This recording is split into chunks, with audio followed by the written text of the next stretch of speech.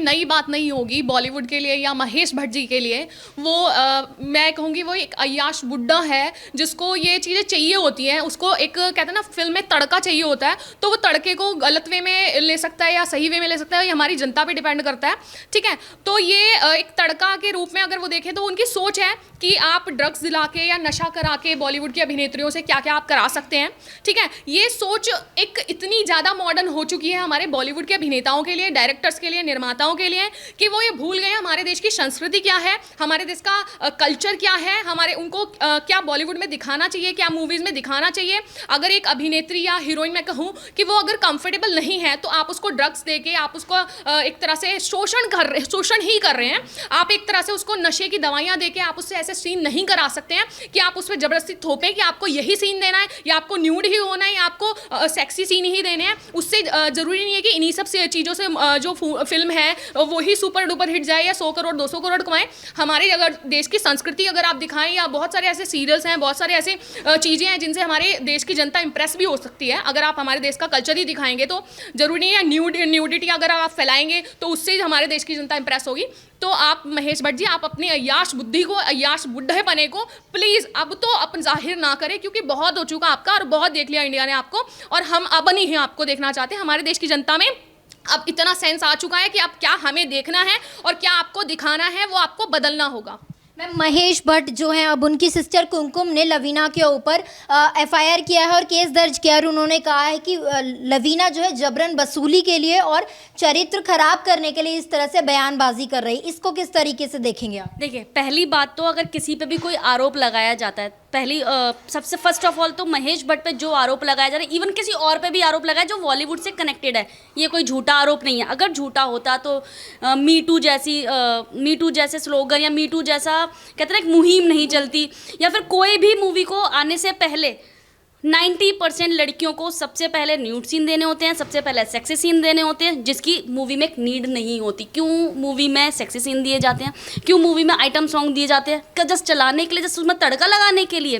ठीक है, और कोई भी हीरोइन या कोई भी एक्ट्रेस जो नई आ रही होती है जनरेशन या फिर पुरानी भी हो जाती है, सबसे पहले उसको इसी सीन के लिए अप्रोच किया जाता है और उसको यही सीन कराए जाते हैं, या फिर उस मुकाम पर आने तक के लिए, यानी कि मूवी बनाने तक के लिए काफ़ी सारे लोगों के साथ, मुझे नहीं बोलना चाहिए फिर भी मैं बोलूँगी, सोना पड़ता है उन लड़कियों को उनके साथ। ठीक है, रही बात, वो अपना कहीं ना कहीं तो बचाव करेंगे ही करेंगे। मैम देखिए, अगर उस कहते ना घर का ही एक बंदा है जो उसके बारे में बता सकता है कि एग्जैक्टली घर में होता क्या था, जब उनकी जो भाभी हैं जो भी उन्होंने आरोप लगाया है, तो कहीं ना कहीं तो वो सच्ची होगा ना। जहाँ पे अगर आग लगेगी वहीं से धुआं होगा, बिना आग लगे तो धुआं हो ही नहीं सकता। तो अपने बचाव में तो जरूर बोलेंगे, क्योंकि ऑलरेडी जब उन पर इतने सारे केसेस में जब वो कहते ना एक सस्पेक्ट पाए जा रहे हैं, तो कहीं अगर उनको लग रहा है अगर मुझे अगर इस सीन में भी अगर घिसेड़ लिया ना, इस केस में भी लगा जाए, तो कहीं मेरी नैया बिल्कुल डूब ना जाए, क्योंकि उनकी बेटी को कोई नहीं देखना चाहता, उनकी बनी हुई मूवी को कोई नहीं, उनकी तरह की वेब सीरीज को कोई नहीं देखना चाहता।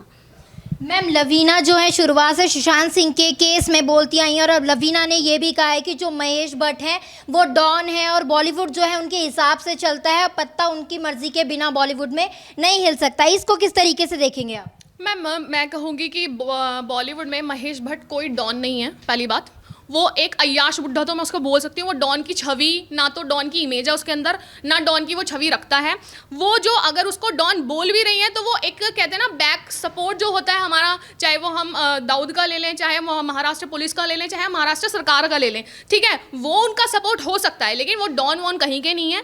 आप हमारे देश की जनता अगर उनको बढ़ा चढ़ा के निर्माता निर्देशक बहुत बड़ा डायरेक्टर बना सकती है, तो उनको ना 1 सेकंड में हमारे देश की जनता जमीन पे लाके उनको धूल भी चटा सकती है। तो वो डॉन नहीं है, हमारे लिए तो नहीं है। अगर उनके लिए, उनके साथ जो उन्होंने कांड किए हैं या जो भी उनके साथ गलत किया है, तो उस छवि से, उस एक डरा हुआ इंसान, सहमा हुआ इंसान, जिसके पास पैसे का सपोर्ट है, फाइनेंशियली, फिजिकल, हर तरह का सपोर्ट हो, वो बंदा अगर किसी को धमका रहा है तो वो आम इंसान के लिए डॉन ही होगा। लेकिन हमारे देश की जनता के लिए वो डॉन नहीं है। अगर हम किसी को डॉन बना सकते हैं तो उसको डॉन को धूल चटाने का काम हमारे देश की जनता बहुत बखूबी कर सकती है और कर रही है। एकजुट है आज हमारा देश। सुशांत सिंह राजपूत का केस हो, दिशा सालियान का मर्डर हो, या कुछ भी हो, हमारे देश की जनता को आज पता है हमें किसका सपोर्ट करना है। और आप देख रहे हैं बहुत बड़े प्लेटफॉर्म पे हमारे देश की जनता कैसे सुशांत सिंह राजपूत के मर्डर और दिशा सालियान को न्याय दिलाने के लिए कैसे खड़े हुए हैं। और अब हम एटलीस्ट अब हम नहीं कह सकते कि बॉलीवुड में जो मर्डर होते हैं वो सुसाइड हैं, वो सारे मर्डर ही हैं, कोई सुसाइड नहीं है।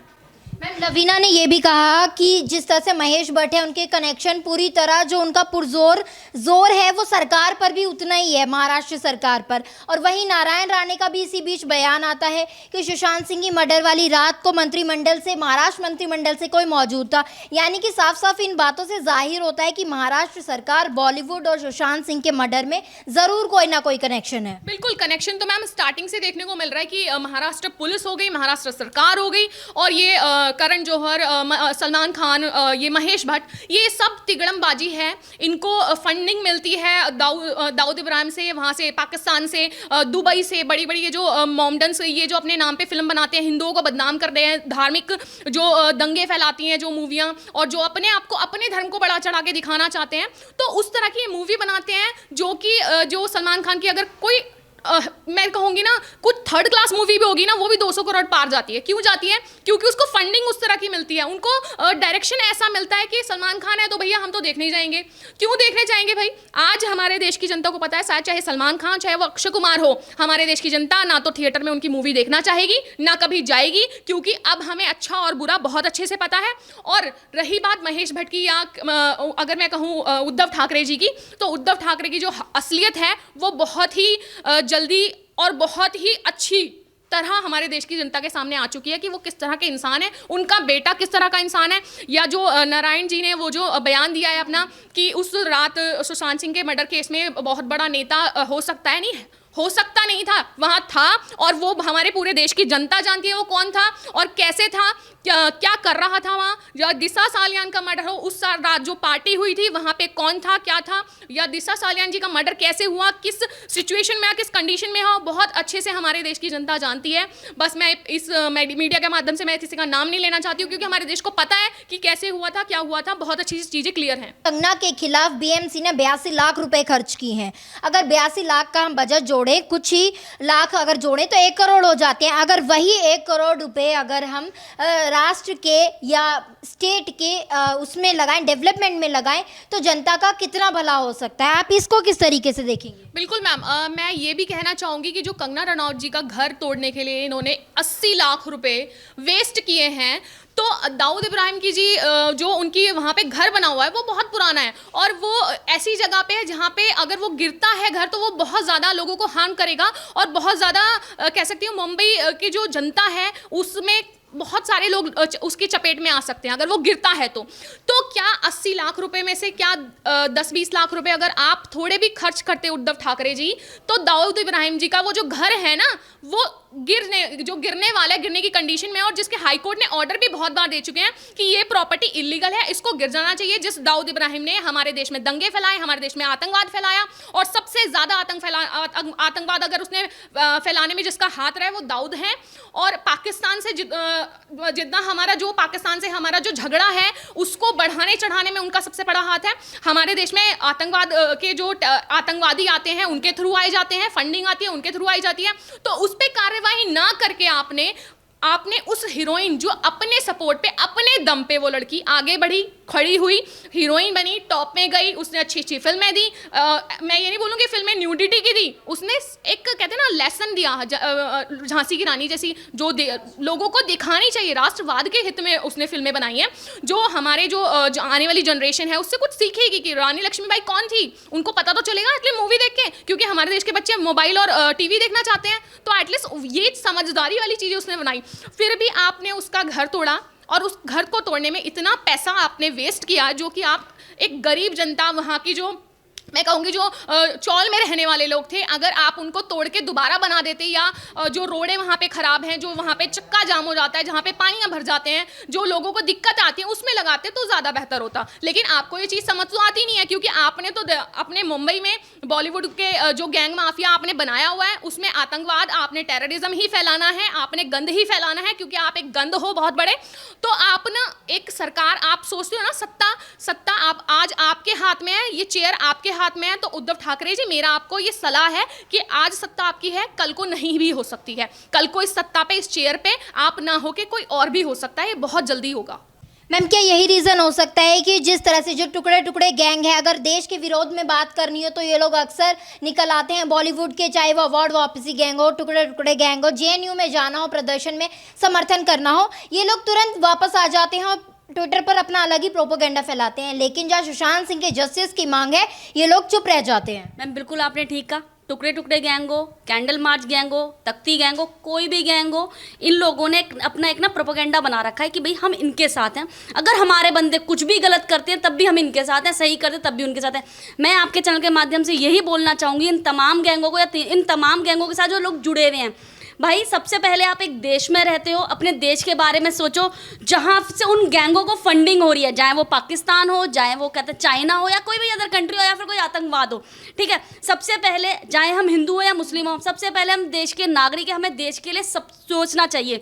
और रही बात में अभी आपने पूछा था कि क्या बोलते हैं ये मायापुरी, माया नगरी की जो सरकार है, सब कुछ है। ठीक है, मैं ये एज एन एडवोकेट मैं ये आपको बताना चाहूँगी, अगर किसी भी जगह क्राइम होता है, किसी भी स्टेट में क्राइम होता है, तो वहाँ की गवर्नमेंट को अच्छी तरह से पता है। जैसे कि दिल्ली में रियॉट हुआ था, यहाँ की गवर्नमेंट को, किसी भी कंट्री, किसी भी स्टेट की गवर्नमेंट को ना कुछ अनाधुनिक जो कोई इलीगल वेपन्स होते हैं ना, उसको वेपन्स लाने के लिए मंजूरी दी। इवन अगर आप भी आते हो तो आपको भी कोर्ट परमाइसेस में आने के लिए मंजूरी लेनी होती, तब आप आ सकते हैं। तो कोई इतनी बड़ी साजिश अगर होगी तो क्या गवर्नमेंट को वहाँ की नहीं पता होगा? सुशांत, मेरे कहने का मतलब यहाँ पे अगर सुशांत केस हुआ है तो इसमें बड़ी बड़े बॉलीवुड के लोग, बड़े बड़े राजनेता, बड़े बड़े नेता, उनके बच्चे, वो खुद मिले हुए हैं। बिना मिले हुए इतना मीडिया हाईलाइटेड केस नहीं होता, क्योंकि बहुत सारे मर्डर होते हैं डेली के, बहुत सारे रेप होते हैं जो कि इससे भी ज़्यादा हीनियस होते हैं। भाई इसमें ये लोग मिले हुए हैं, वो साफ इसीलिए दिख रहा है क्योंकि पुलिस अपना इन्वेस्टिगेशन ठीक नहीं कर रही है। गवर्नमेंट है वहाँ की, महाराष्ट्र गवर्नमेंट अपना बोल रही है। महाराष्ट्र गवर्नमेंट के बारे में कोई भी बोलना शुरू करता है, कोई भी हल्का सा मीम देता है, वो उसको पकड़ के जेल में डालने का प्रोसीडिंग करते हैं। यहाँ कंगना रनावत ने बोला, कंगना रनावत का तोड़ दिया। शायद अगर मैं महाराष्ट्र में होती और मैं बोलती तो शायद मेरा भी घर अब तक टूट चुका होता। ठीक है, तो वहाँ की सरकार को डर है। इवन उनके बेटे ने भी एक वीडियो वायरल हुई थी, उस वीडियो वायरल में बोला था कि मैंने ऐसा ऐसा किया, उखाड़ लो, मेरा क्या उखाड़ना है। तो जब वो लोग, उन्होंने यानी कि नशे में ही बोला था, ये बात गंदा नशा करके बोला था क्या?